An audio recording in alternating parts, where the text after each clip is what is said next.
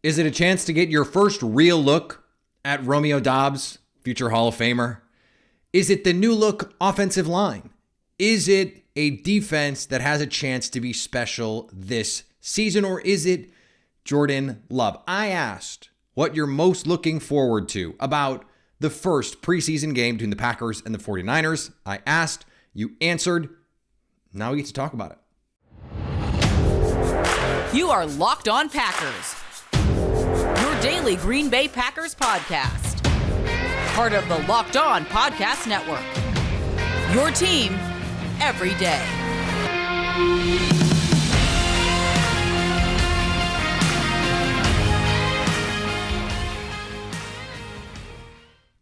You are Locked On Packers, part of the Locked On Podcast Network, your team every day. I'm Peter Bukowski, and I cover the Packers for The Leap, a newsletter I would love for you to subscribe to. You can follow me on Twitter, Peter_Bukowski. Follow the podcast on Twitter at Locked On Packers. Like us on Facebook. Subscribe to the podcast, iTunes, Spotify, Google Podcasts, wherever you find podcasts. You will find Locked On Packers, the number one Packers podcast on the internet, and the show for fans who know what happened. They want to know why and how. The Packers and the 49ers will square off tomorrow in a game that means far less than the last time these two teams met. I think that is understating it, given especially what ended up happening and the repercussions that that loss ended up reaping in the Packers offseason. But I asked, okay, what do people want to see? And there were three things that are all importantly connected. And then another thing. And so I want to talk about the three things sort of as one. By far, and we're not actually going to start with this, but I need to tell you up front. By far, the most common answer to this question was Jordan Love. By far. For reasons that I think are obvious, but reasons we will get into, and we're going to talk about what reasonable expectations are and all of that. I'm going to set that aside for the moment. The offensive line was, I didn't actually count. This was not a poll, so I didn't try and assess, what got the most responses versus second most. It was obvious Jordan Love was the most.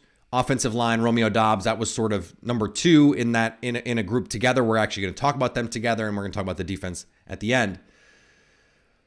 The offensive line is interesting because I mentioned at the end of yesterday's show that there had been this first group that has coalesced. It's Josh Nijman, John Runyan Jr., Josh Myers, and then Jake Hansen at right guard, Royce Newman at right tackle.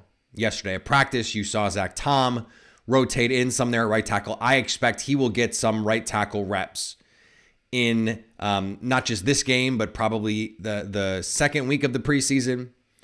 And I think it's a little disheartening that what you got from Brian Gutekunst was, we think there's a chance that they can play early in the season, not week one. So apparently the David Bakhtiari timeline is not week one. Okay, so that's where we are. That is, I don't know, troubling is probably overstating it. I think there is some wisdom to saying Royce Newman makes the most sense at right tackle because he's someone that at least started an entire season worth of NFL games. He's seen NFL game speeds. He's played with Aaron Rodgers. He was a tackle in college. And although his best spot was guard last year, part of that was they had Elton Jenkins and Billy Turner, and then they had Josh Nijman. So this is part of what we talked about with Brandon Thorne is the Packers are lucky that they have a deep group of guys that they believe in. Now, week one, you've got Vikings with Zadarius Smith and Daniel Hunter. That's a little scary if you're going to be starting Josh Nijman and Royce Newman or Josh Nijman and Zach Tom. Any combination of those two is a little bit scary. Now, the Packers won games last year with backups out there. I don't think Josh Nijman is an appreciable downgrade from Billy Turner, if a downgrade at all, frankly, especially in pass protection. And we'll see what Royce Newman is. I think this will be a good test. I doubt guys like Nick Bosa are going to play. Haven't seen the final word on that kind of stuff, and usually teams don't give final words until either the day before or the day of For the Packers, a lot of times we were finding out on game day who was going to play and who wasn't. But that offensive line looks like they're going to be blocking for running backs who are not important to this season. Kylan Hill's hurt. Aaron Jones and A.J. Dillon were in a group yesterday that Matt LaFleur sort of pulled aside. The assumption of everyone at practice was those guys are not going to play. And so that leaves Patrick Taylor's hurt.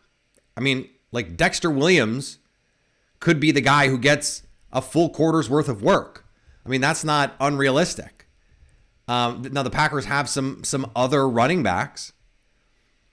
Tyler Goodson, B.J. Baylor, who are rookies. But is that really going to be a great representation of what this offensive line is going to be with those running backs? I don't know. Now, if they're gashing the 49ers, then you go, okay, there's some nice stuff to think about here.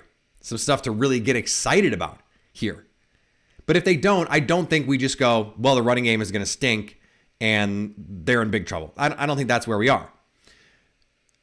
I do think that it helps playing with this version of Jordan Love versus, let's say, year one Jordan Love. Although year one Jordan Love did not get any preseason reps. Even year two Jordan Love, because he's got a more full command of the offense. I think we'll see him feel more comfortable making checks at the line of scrimmage, adjusting protections at the line of scrimmage. Whereas normally with a backup quarterback without Aaron Rodgers, you may, especially with a young quarterback who's a backup, you may not be getting some of that. And so to get some of that in live game action, that's not just in practice, or that's not just in the joint practice that the Packers are going to have with the Saints here coming up, it is useful for that offensive line and useful for the coaches to evaluate these guys in those settings. Are they making mental errors? Do they know the checks? Do they know the calls? Do they know the assignments? Are they able to slide protections the right way at the right times? That is also good for Jordan Love, because this is the starting offensive line group. Last year, he had to play with a bunch of backups. Now, ironically, or is it coincidentally? I'd have to think about it. There are a lot of backups on this group. Jake Hansen is a career fringe roster player. Royce Newman is starting at a new position. Josh Nijman is a career backup. If the Packers offensive line were healthy, these guys would not be playing. But they probably would have been playing last year, for example, or let's say 2 years ago in the preseason, because David Bakhtiari wouldn't be. This, though, now you've got starters out there, John Runyon, Josh Myers. Royce Newman is going to have a good chance to start at one of two spots, at least for now. And Josh Nijman looks like he's going to be one of the starting tackles for the Packers in week one. Unlikely both Elton Jenkins and David Bakhtiari are going to be ready for week one, if either of them. And so this is the group. This is the best chance for Jordan Love to succeed. It's the best chance for the receivers to give Jordan Love time, to have time from Jordan Love. I'm trying to get the order of operations here. This is the best chance the quarterback will have from the offensive line to get the ball to the receivers, which is valuable to the receivers.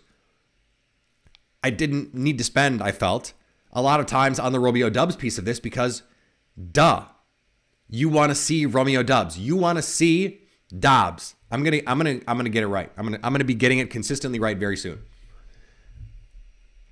I thought I had it kicked. I thought I had the habit kicked. We're still working on it. Still preseason mode. We haven't even had a preseason game yet. So I'm still in training camp. I barely have the pads on, for crying out loud.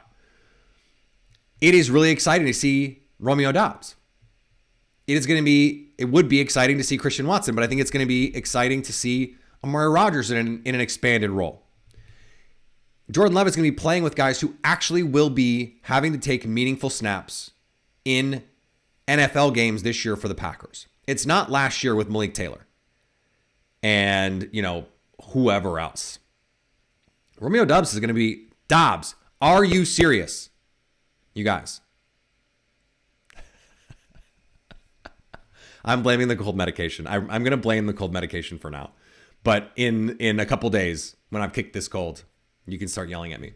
I had someone suggest that if we do the same donation thing that I did with Lily Zhao for when we said obviously, that if I did Watson and Watkins, that we could have a lot of diseases just cured from the amount of money that we would have to donate because of my verbal tics. So I apologize. getting to see him with Jordan Love, who he's already had a connection with in this preseason process, the training camps and OTAs, and getting to see him with a quarterback who's going to have multiple starters on the offensive line, that's a great showcase for Romeo Doubs. It's a great showcase for Amari Rodgers. How would, if he were going to be a part of the game plan this year, how would they use Amari Rodgers? Is he going to be used in interesting ways, non-traditional ways? Now, I'm sure they're not going to want to telegraph a lot of that, but some of it is unavoidable. You're just going to you're going to have to run some of the plays. You're going to have to run something. Now, if you have specials, obviously you're not going to run those. So there's a lot to watch here at the offensive line. I want to see the rookies. I want to see Zach Tom with the ones. How does he look? I want to see Sean Ryan. If not with the ones, I think you're going to see Jordan Love with some of the top guys on the offensive line and some of the backup guys. There's no reason to play Danny Etling at all. Really all preseason. Give Jordan Love as many reps as humanly possible. He needs those reps. Not just for him, but for evaluation's sake. So then I want to see Sean Ryan. I want to see, some of these fringy receivers, the Juwan Winfreys, the Samari Toures. Let's see what they've got. Because, we did the whole thing yesterday about Sammy Watkins and Aaron Rodgers saying all that. And the point of that was really to be about Aaron Rodgers and his ability to have an impact on who the Packers keep at receiver. But also, it was to discuss if Sammy Watkins was likely to make this team. And I hemmed and hawed and ultimately decided, I don't think it's a lock. And then, okay, it turns out he's sitting from preseason week 1. And then it's like, well, okay, does that mean he's more of a lock than we think? And I don't. It changes my view of it a little. But I think it's more, we know what he is. They brought him into camp to be a veteran. If it turns out that Romeo Doubs looks ready for real, and Amari Rodgers looks ready for real, and Allen Lazard continues to progress the way he is, and Randall Cobb, those are your vets. But if you're going to get Doubs and Rodgers for real, you don't need Sammy Watkins the same sort of way. They know what they have in Sammy Watkins. They want to see these other guys. And that gives them a better understanding of where they want to get to. And then they can make a decision on, okay, do they need the, sure thing is probably overselling it because Watkins has the injury history. He's got the age questions, the mileage questions. I don't know that he's a sure thing, but they trust him to be an NFL player. If they believe these other guys can be NFL players, maybe you don't need that insurance policy the same kind of way. You guys, if you haven't tried Built Bar Puffs yet, what are you waiting for? What are you waiting for? They have a new flavor, the cookie dough puff. It's unbelievable. It is so good. When I ran out of them, I was so sad because I started craving them. You just have them for a couple days and you start to crave them. They are so delicious with real chunks of actual cookie dough, the protein-infused marshmallow, the 16 grams of protein, and the low calorie relative to what you're getting with 100% real chocolate and actual cookie dough. And 160 calories with 15 grams of protein. That is the ratio that you will take all day long. And the taste is unbelievable. Go to Built.com and use the promo code LOCKED15 to get 15% off your order. That's promo code LOCKED15 at Built.com. I know I've spilled a lot of ink and spent a lot of minutes on this podcast talking about Jordan Love. But the overwhelming response that I got when I put this question out there about what you were most looking forward to seeing in this game was Jordan Love. And that, I think, heartened for me that this is something that you guys are interested in. And I know it's a pet project for me, and people can say whatever they want about that. That's fine. I'm fascinated by Jordan Love and what happens. Yeah, I poked the bear's nest a couple days ago, and I showed the clip of Justin Fields trying to do the guitar play action fake that Aaron Rodgers sort of perfected over the last couple years in this offense. And the problem actually was that he did not ID the blitz, or he thought that the play fake would occupy the blitz, which is probably a faulty logic if that is in fact the case. Either way, it was a bad play. And someone in the comments, not even me, someone in the comments said, Jordan Love looks more comfortable than Justin Fields. And I said, by a lot. And Bears fans got mad. And Bears fans love to get mad at me. There's a lot of Bears fans. I was laughing because I saw a stat that the Bears were the least bet on Super Bowl team in the league this year at 100-1. And I was like, oh, yeah, but all of the people that bet on him, on the Bears, have alerts for my tweets so that they can be like, oh, what did he say? What did he say? What did he say? It is interesting that all of the reports out of Chicago is that the offense is a complete and total mess. And that Justin Fields is not playing well. He does not look comfortable. Anytime there's a positive play, it is, oh, Justin Fields looks more comfortable on that play or looked more comfortable today, because the comparison point is pretty far down. For Jordan Love, it's the opposite. It is, he has now set a standard, especially over the last week or so, where you have coaches talking about he's playing well, he's making progress, he's putting these pieces together, he looks more in command. Alan Lazard talked about the command. Aaron Rodgers talked about the throws, and that he's excited to go see Jordan Love play, that he is taking a similar trajectory to Aaron Rodgers. You know, Mike Clemens asked a really good question about, do you think Jordan Love took more heat and criticism than you did? And Rodgers gave a great answer, and that was that, you know, over time and as he's had success and as he's become a beloved icon for the Packers, the bad pieces fade. But he spoke highly of Jordan Love and has over the years, this offseason in particular, and I am not the only one pointing out that progress.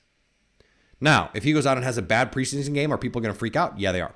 Are Bears fans going to be dancing on his grave? Yes. Are they going to be in my mentions? Oh, yeah. And in a way, rightfully so. That's part of the deal. That's part of the rivalry. I embrace it. I love it. And they know that. And I think anyone that follows me on Twitter knows that about me. Jordan Love, though, we want to see the development.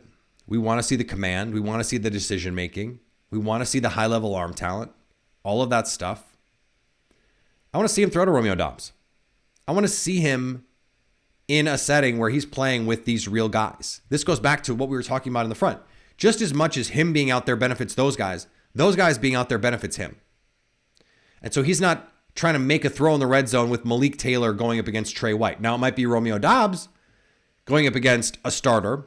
We'll see how many starters the 49ers actually play. But I like giving him the keys with some actual guys out there.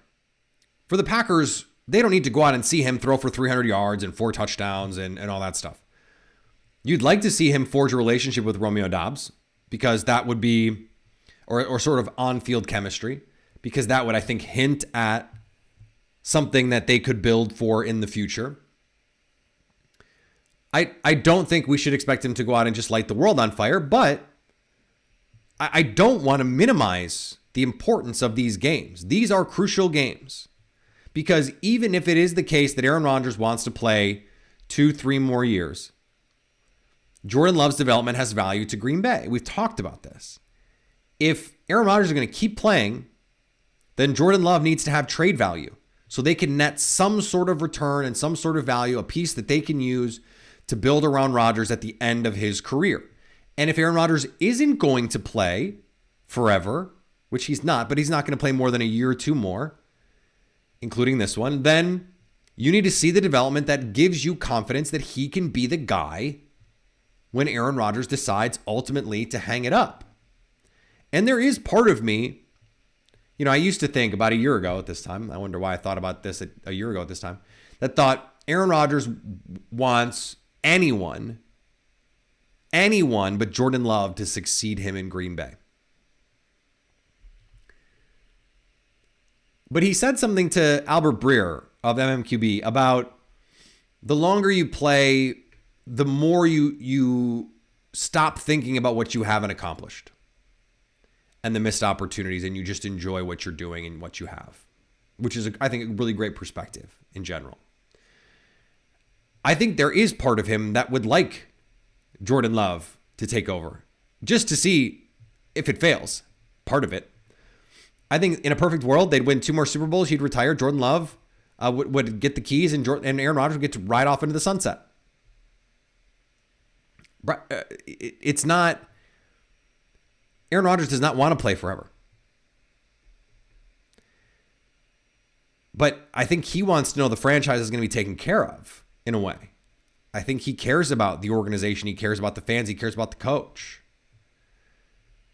Do I think he cares so much that he would play longer than he wants to? No. Do I think he would care so much that he would retire early so that if he thinks Jordan Love is ready, that he could go take the keys? No. But I think these are things Aaron Rodgers thinks about. And so for more reasons than just it's a person on your team you want to see play well, it's important that Jordan Love plays well in this preseason.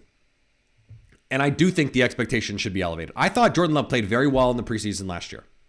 I think it was underrated how well he played in the preseason last year. But you need to have even higher expectations. Now, you need to think of him now as a starter and go, okay, if you're a starter, especially if the 49ers are not going to play Fred Warner and Nick Bosa and Jimmy Ward, then you need to go out there and light those dudes up. And I get you're just throwing to Romeo Doubs and Amari Rodgers, but those guys are going to be real meaningful pieces for you this year. And I get it. Josh Nijman and Royce Newman and Jake Hansen are going to be blocking for you. Well, those guys might have to start for Aaron Rodgers in week 1.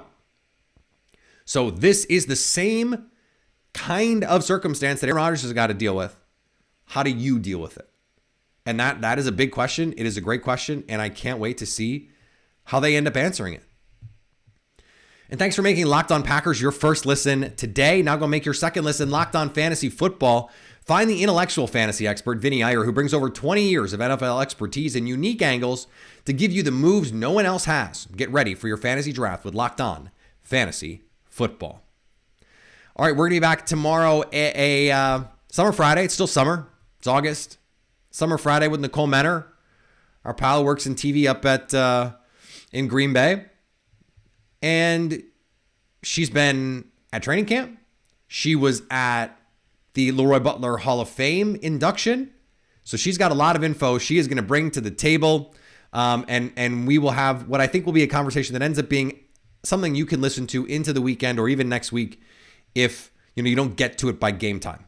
So again, I don't want these to feel like homework. That's why we're doing them this way. So we're going to have a fun conversation coming up tomorrow. Follow me on Twitter, Peter_Bukowski. Follow the podcast on Twitter at Locked On Packers. Like us on Facebook. Subscribe to the podcast, iTunes, Spotify, Google Podcasts. Wherever you find podcasts, you will find Locked On Packers. And anytime you want to hit us up on the Locked On Packers fan hotline, you can do that, 920-341-3775 to stay Locked On Packers.